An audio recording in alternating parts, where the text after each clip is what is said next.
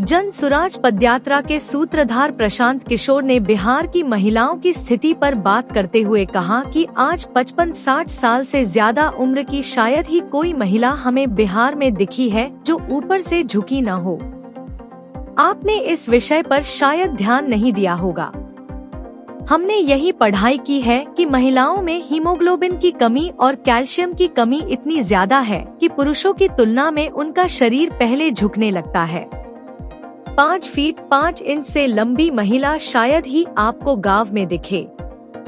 हम हाइट पर इतना जोर क्यों दे रहे हैं? ऐसा नहीं है कि जो नाटा है वो कम समझदार है या कम होशियार है। दुनिया भर में जो अध्ययन हुए हैं वे हाइट और लाइफ टर्म अर्निंग में परस्पर संबंध बताते हैं। यह एक बड़ी समस्या है, लेकिन यहाँ लोग 4 किलो अनाज के लिए ही वोट बेच रहे हैं।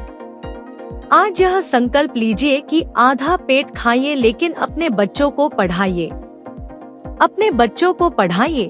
कोई नेता आपको यह नहीं बताएगा।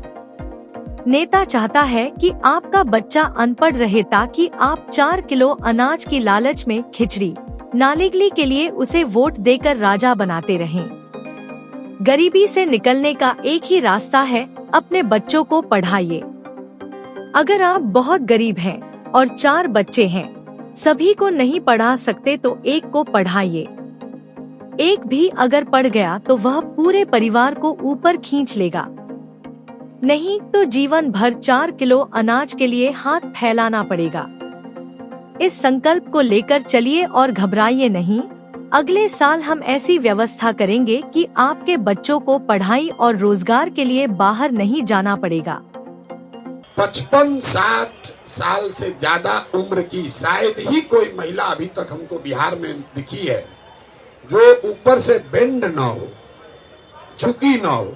आप इस विषय को गौर नहीं किए होंगे जीवन में। हम यही पढ़ाई पढ़े हैं। महिलाओं में हीमोग्लोबिन की खून की कमी इतनी ज्यादा है, कैल्शियम की कमी इतनी ज्यादा है कि पुरुषों के मुकाबले आपका शरीर झुकने लगता है। पहले 5 फीट 5 इंच से ज्यादा लंबी महिला शायद ही कोई आपको गांव में दिखेगी। हाइट पर हम इतना जोर क्यों दे रहे हैं?